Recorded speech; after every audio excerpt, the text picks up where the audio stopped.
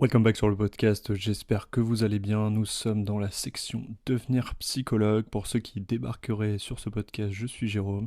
Je me suis lancé le défi de devenir psychologue. Et pour devenir psychologue, il faut aller à la fac, il faut faire une licence, il faut faire un master. Et du coup, je documente ça petit à petit, chaque semestre. Qu'est-ce qui s'y passe, c'est quoi les cours, concrètement comment je m'organise, enfin vous voyez un petit peu cette idée concrètement. Qu'est-ce qui va se passer si vous faites cette formation à l'IED de Paris 8, et vous saurez tout ce qui s'y passe, en tout cas de mon point de vue, et vous saurez un peu tous les cours, c'est quoi, comment on s'organise pour travailler, etc. Ceci étant dit, ça y est, nous sommes officiellement en licence numéro 3 depuis fin septembre.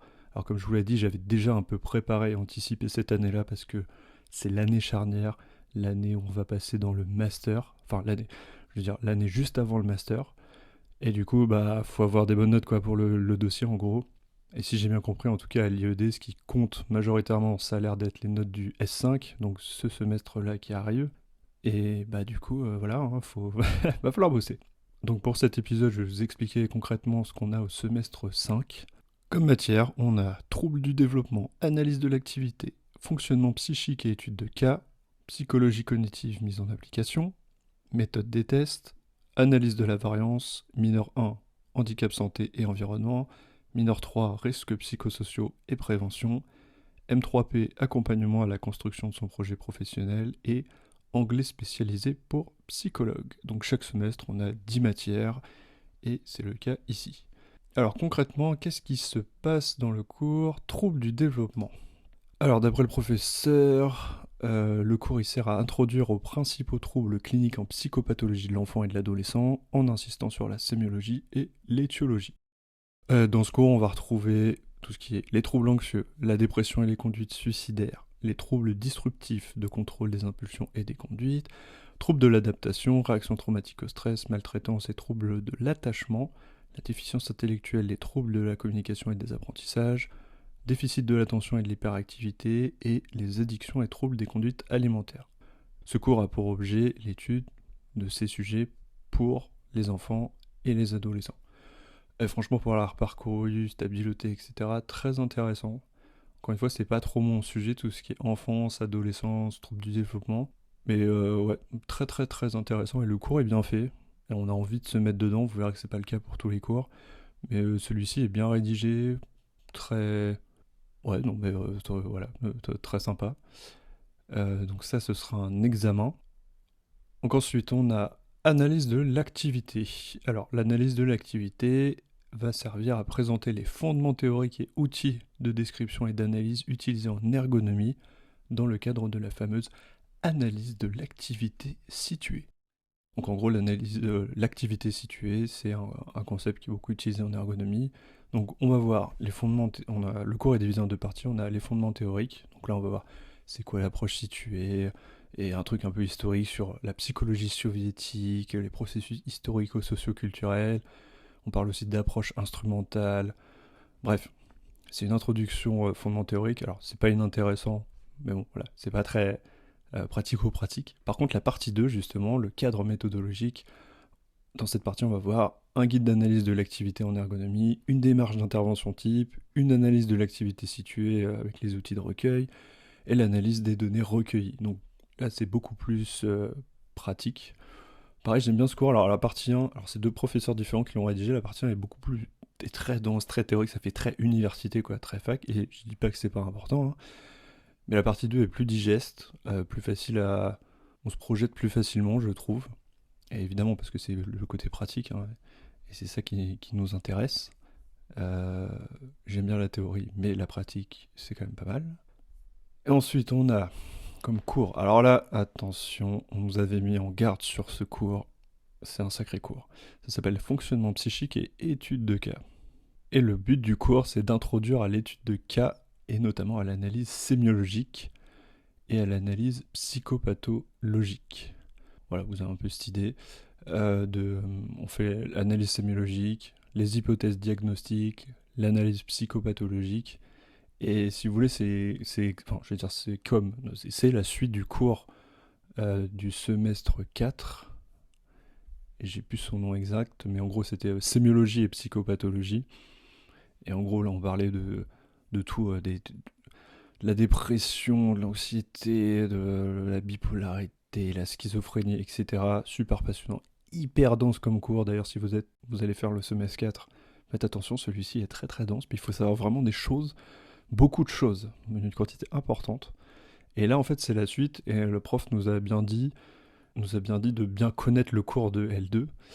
Et le but d'ailleurs de ce cours est d'opérationnaliser les connaissances en psychopathologie et sémiologie vues en L2. Donc là, c'est vraiment mettre en application ce qu'on a vu. On a des vignettes cliniques avec différents cas. Et en gros, il faut arriver à poser tout ce qui est hypothèse diagnostique, etc. Super intéressant. Pas forcément facile. Autant le cours est pas hyper long. Le cours en soi, je sais pas, j'ai pas le nombre de pages exact, ça doit être 40. Enfin bref, c'est pas tant que ça au niveau page.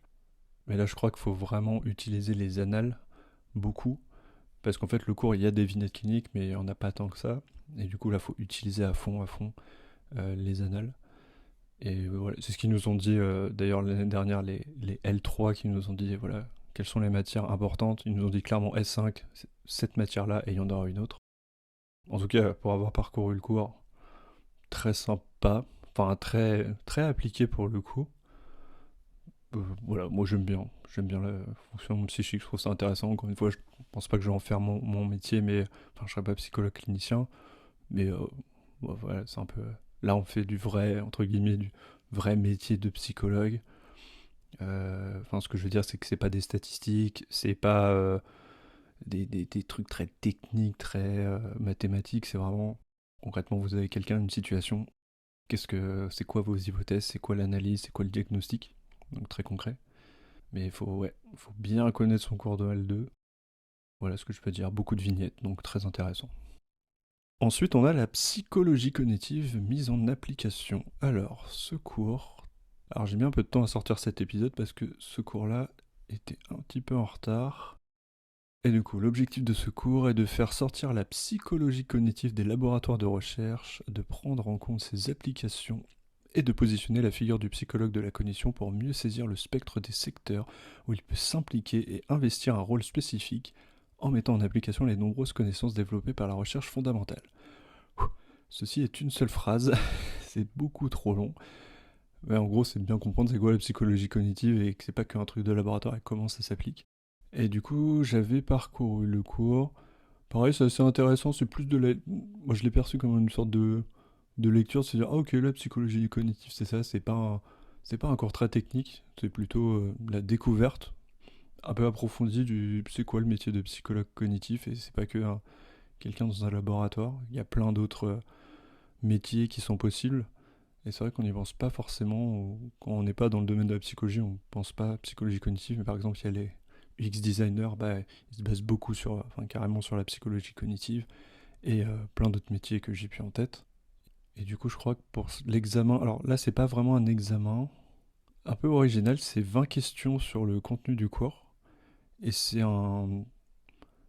Ouais, enfin, c'est pas un examen, mais c'est quelque chose qu'on doit passer sur la plateforme. On a 1 ou 2 jours pour le passer, on a une certaine date.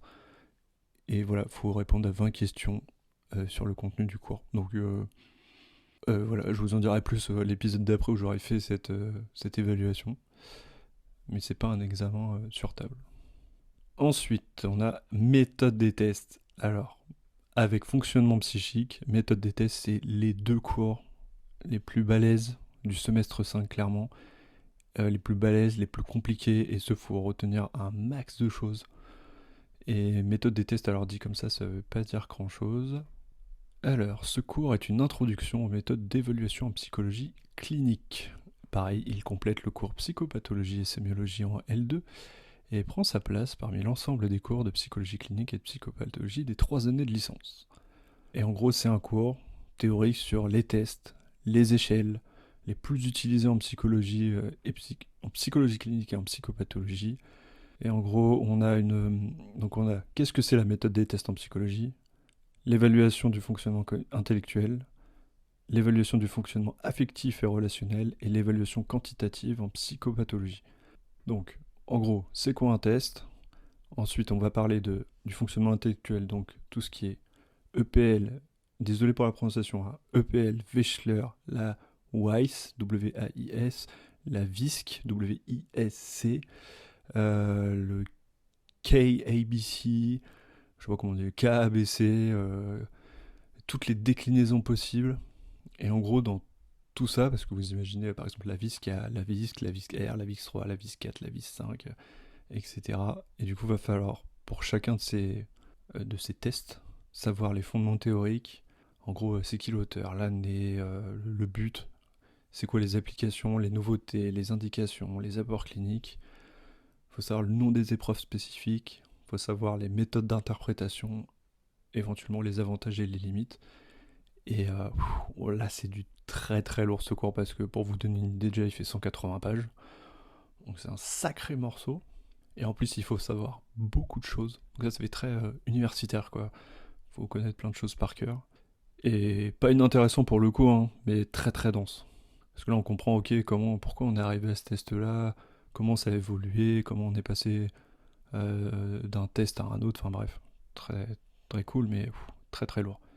Donc après, on a l'évaluation du fonctionnement affectif et relationnel.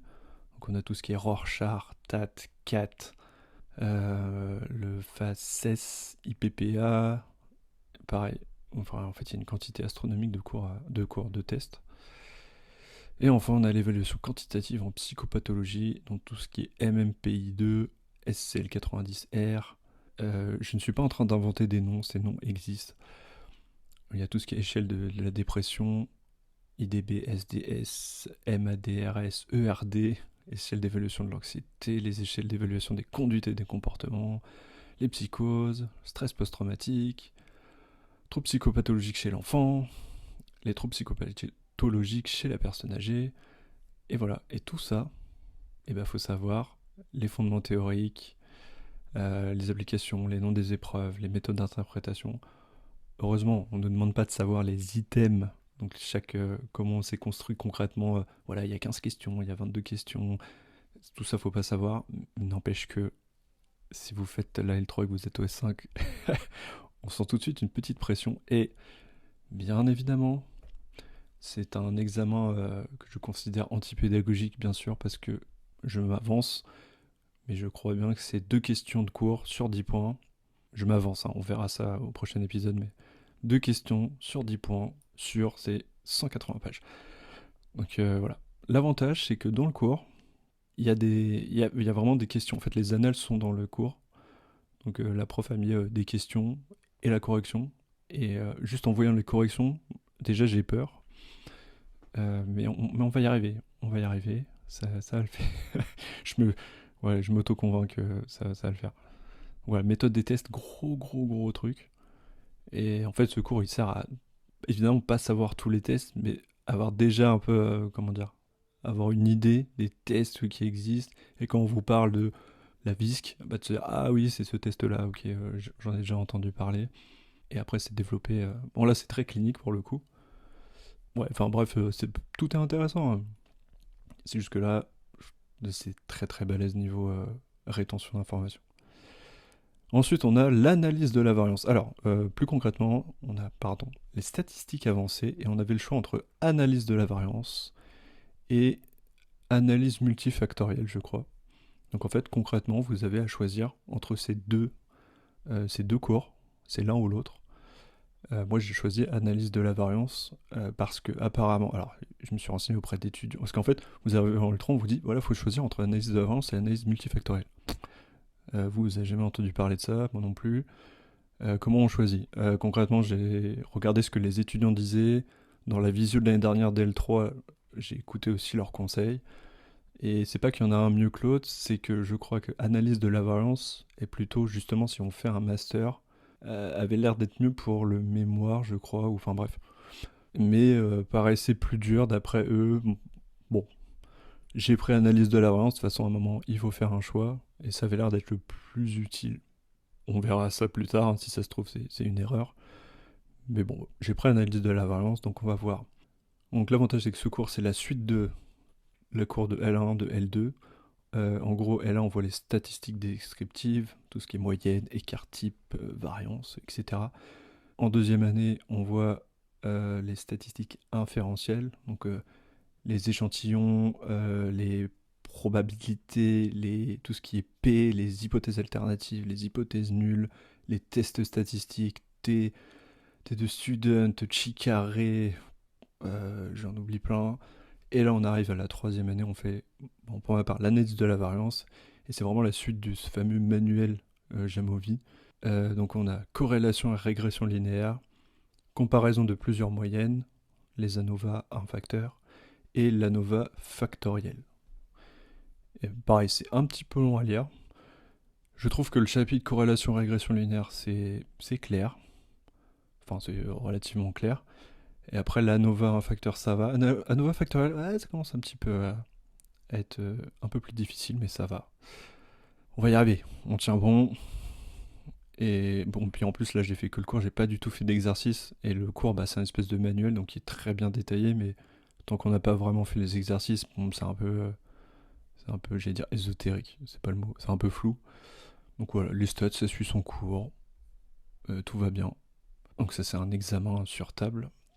Après, moi, j'ai choisi, donc pour rappel, il y a 4 mineurs. Moi, j'ai choisi la mineure handicap, santé, environnement et risques psychosociaux et prévention. Donc, handicap, santé et environnement. C'est un cours super intéressant. En gros, le cours, il se base sur la distinction entre la santé et la maladie, qui est quelque chose d'historique. Ça critique aussi les catégories de schizophrénie, de handicap. C'est beaucoup sur la notion de handicap et de rétablissement. Donc, handicap dans la santé mentale ici. Et c'est beaucoup sur le rétablissement. C'est quoi les phénomènes, les comportements. Bon, désolé si c'est pas très clair, c'est pas non plus très clair pour moi quand je le dis. En gros, c'est le handicap dans la santé mentale, comment il est perçu et pourquoi ça devrait être pas perçu comme un handicap, mais plutôt une situation de handicap. En gros, ce cours, il va être très axé sur le handicap, le rétablissement, enfin la situation de handicap, le rétablissement, et très lié à la santé mentale, qui est évidemment perçue bien différemment de la santé physique. Et voilà. Mais dans les deux cas, de toute façon, on a un problème. Le handicap est perçu comme au-delà de la normalité, alors qu'il devrait être intégré dans la société. Bref, c'est un peu un cours sur une réflexion comme ça. Et d'ailleurs, on a un TD que j'ai pas encore fait pour le coup. Et on va discuter de tout ça. Et ça, c'est une mineure, donc c'est un devoir. Ensuite, on a la mineure 3, risques psychosociaux et prévention. Alors là, original, on n'avait pas de cours. Voilà ce que je peux vous dire. On n'avait pas de cours dessus, par contre, on a un TD que j'ai déjà passé. Et d'ailleurs, le TD était très bien, parce qu'il était. C'était pas 3 heures où le professeur parle, c'était 3 heures où il y a un petit peu de. Mais vraiment pas autant que ça en fait. Beaucoup de travail de groupe. On a vraiment travaillé entre étudiants. Et je pense que c'est une première pour moi là, dans cette licence, ouais, de travailler en groupe. Enfin, travailler en groupe. Alors, on réfléchissait à des questions et la prof débriefait, hein. C'était pas un devoir ni rien, mais voilà, c'était un travail de groupe quand même. Et ouais, voilà, sur les risques psychosociaux, toujours aussi intéressant, c'est un sujet que j'affectionne particulièrement et je vais en faire mon métier. Enfin, je vais en faire mon métier, ça sera une partie de mon métier. Et voilà, il y a un devoir à faire, il y a plusieurs sujets. Alors, je ne l'ai pas encore fait, mais j'ai lu des articles sur le burn-out et la dépression. En gros, je crois que le sujet du devoir, c'est en gros quelles sont les similitudes ou les différences entre le burn-out et la dépression, parce que c'est un vrai sujet, ça, où des fois on fait une grosse confusion entre les deux. Et le TD, on n'a pas parlé du devoir, mais on a parlé justement des risques psychosociaux de manière générale. Et le TD, en fait, était surtout axé sur un vrai cas. En gros, on a été missionné pour une entreprise. Enfin, oui, on a été missionné par une organisation pour faire un diagnostic RPS. Et en gros, voilà, concrètement, les exercices tournaient autour de ça. Donc voilà, TD très, très vivant. Et même professeur que l'année dernière, très, très professionnelle, très compétente. Ensuite, on a le M3P. Je sais pas pourquoi ça s'appelle comme ça. M3P, accompagnement à la construction de son projet professionnel. Donc, j'en ai déjà parlé en L1, en L2, en L3 maintenant. À chaque fois, j'aime beaucoup ces petits cours. Enfin, c'est pas des cours, mais en gros, c'est un devoir à faire sur la construction de son projet pro. Et en gros, là, ça tourne autour de concrètement regarder des. C'est un peu plus ça va, plus on affine le projet, parce que les masters, c'est bientôt, il faut un peu choisir quand même sa destination. Et du coup, on regarde des offres d'emploi. J'ai pas tout fait encore, mais on regarde des offres d'emploi. Va falloir interviewer un professionnel. Et voilà, et le devoir, je sais pas à quoi il va ressembler, mais il y a encore une fois ces étapes, 1, 2, 3, 4, 5. Ces devoirs sont bien construits où il y a des étapes qu'on doit faire au fur et à mesure. Moi j'aime bien, c'est un petit peu la bulle d'oxygène, puis quand vous faites méthode des tests et fonctionnement psychique, de temps en temps vous avez envie de faire une pause, faites ça. Alors vraiment, ça fait du bien à l'esprit.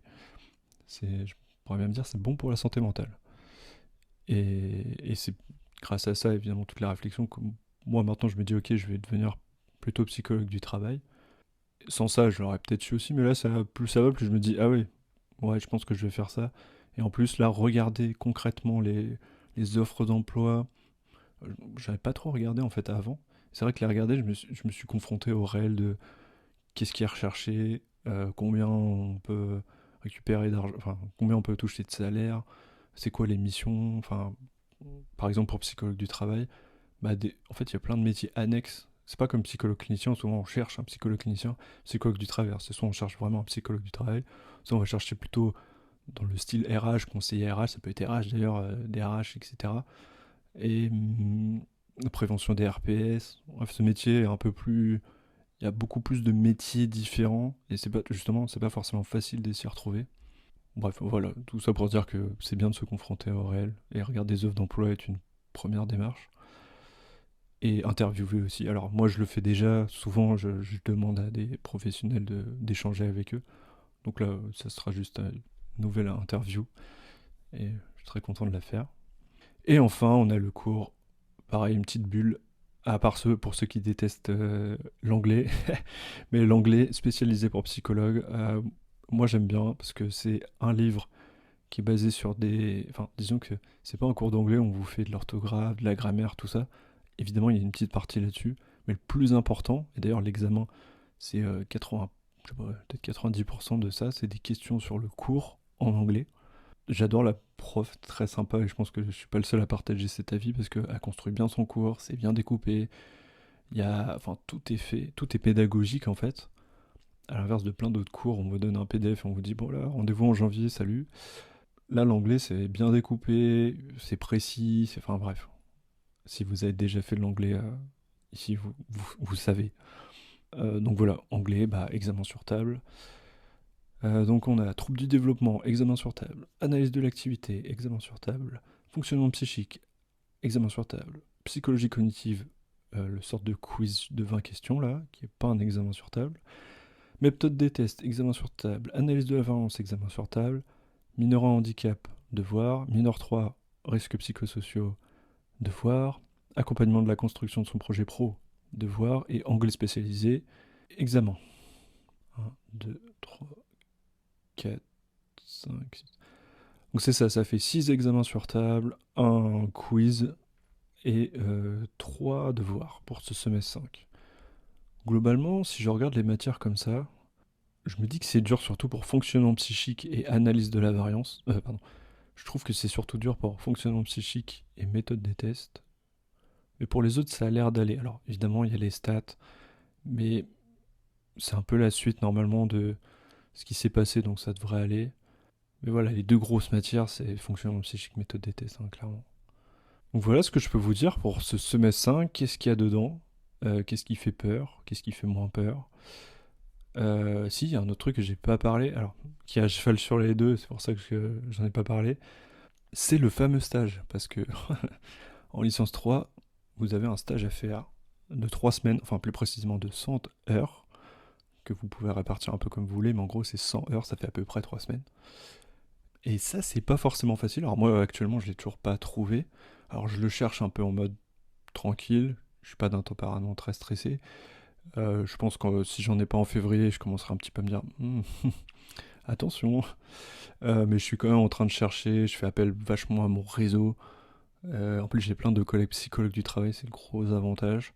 Mais ça n'empêche pas que voilà, c'est un stage de 3 semaines. Les entreprises, j'ai l'impression qu'elles sont pas trop, elles sont pas réticentes, mais elles se disent ouais, bon, 3 semaines, qu'est-ce que tu veux qu'on lui fasse faire pendant 3 semaines? J'ai un peu ce ressenti.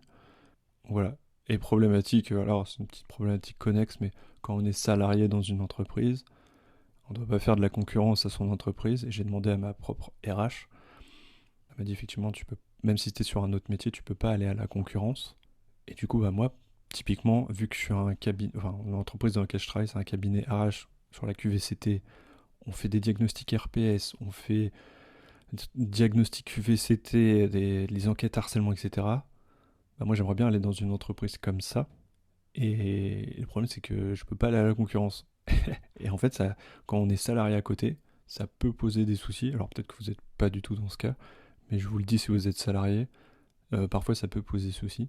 Alors il y a plein d'autres solutions. Par exemple, si je travaille en médecine du travail, en santé au travail, dans la médecine du travail, dans un cabinet de psychologie du travail, normalement voilà, il n'y a pas de concurrence. Mais il faut quand même faire attention. C'est pas si simple que ça.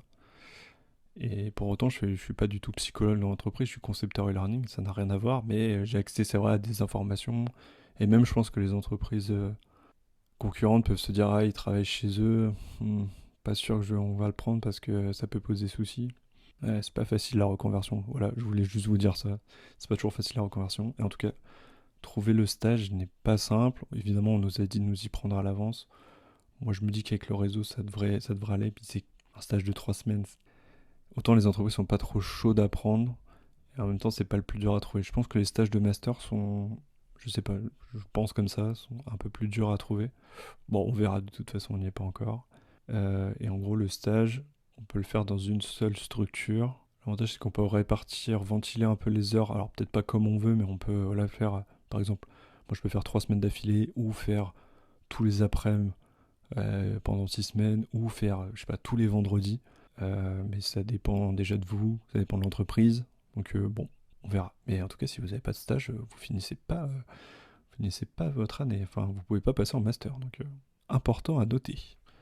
Voilà, que vous dire d'autre à part cette histoire de stage qui est très très bien. D'ailleurs, c'est très très bien de faire un stage. Ça permet de se rendre compte. Et d'ailleurs, pour le stage, je pourrais le faire par exemple dans mon entreprise. Mais bon, à voir. Le responsable du master psychologie sociale était, enfin, du responsable des stages psychologie sociale était pas forcément contre. Mais par exemple, il m'a dit, si vous faites un stage, vous pourrez pas faire un stage en master dans cette entreprise-là, parce que vous y travaillez. Il a dit, bon, pour le stage de licence de 3 semaines, ça passe. Mais voilà, par exemple, pour le master, concrètement, il m'a dit, non, c'est mort. Et voilà, et pour savoir, dans les stages, parce que tout le monde ne fait pas un stage en psychologie du travail, donc on a psychologie sociale, psychologie clinique, psychologie du développement et psychologie cognitive, je pense. Donc en fait, il y a 4 responsables différents de ces stages-là. Et pareil, ils ont tous un peu leur... Enfin, vous verrez, hein, si vous faites si vous arrivez à ce niveau-là. En gros, par exemple, stage de psychologie sociale, on n'a pas besoin d'avoir un tuteur qui a un diplôme de psychologie. Par contre, il faut avoir un responsable, etc. En psychologie clinique, il faut forcément un psychologue clinique qui a 3 ans de diplôme au moins. Et les autres, je sais pas, mais il y a des conditions pour chaque type de stage, donc faut bien bien faire attention. Et pour terminer, moi, j'ai rien de spécial à ajouter, juste que faut un max d'énergie pour ce semestre 5. Je sens que c'est extrêmement important. Et là, faut vraiment se mettre dans de bonnes conditions pour réussir. Et après, évidemment, il faut réussir le semestre 6, mais très très important le semestre 5, parce qu'en gros, les candidatures du master se font après le semestre 5. Je sais pas si c'est en février ou en mars, donc on n'a pas encore fait le semestre 6. Et voilà, et le stage d'ailleurs, je l'avais... Alors, c'est aussi parce que je ne l'ai pas trouvé, mais je me suis dit, je vais le faire plutôt après les examens du semestre 5. Comme ça, je peux mettre toute mon énergie sur les examens du semestre 5. Et après, je fais le stage.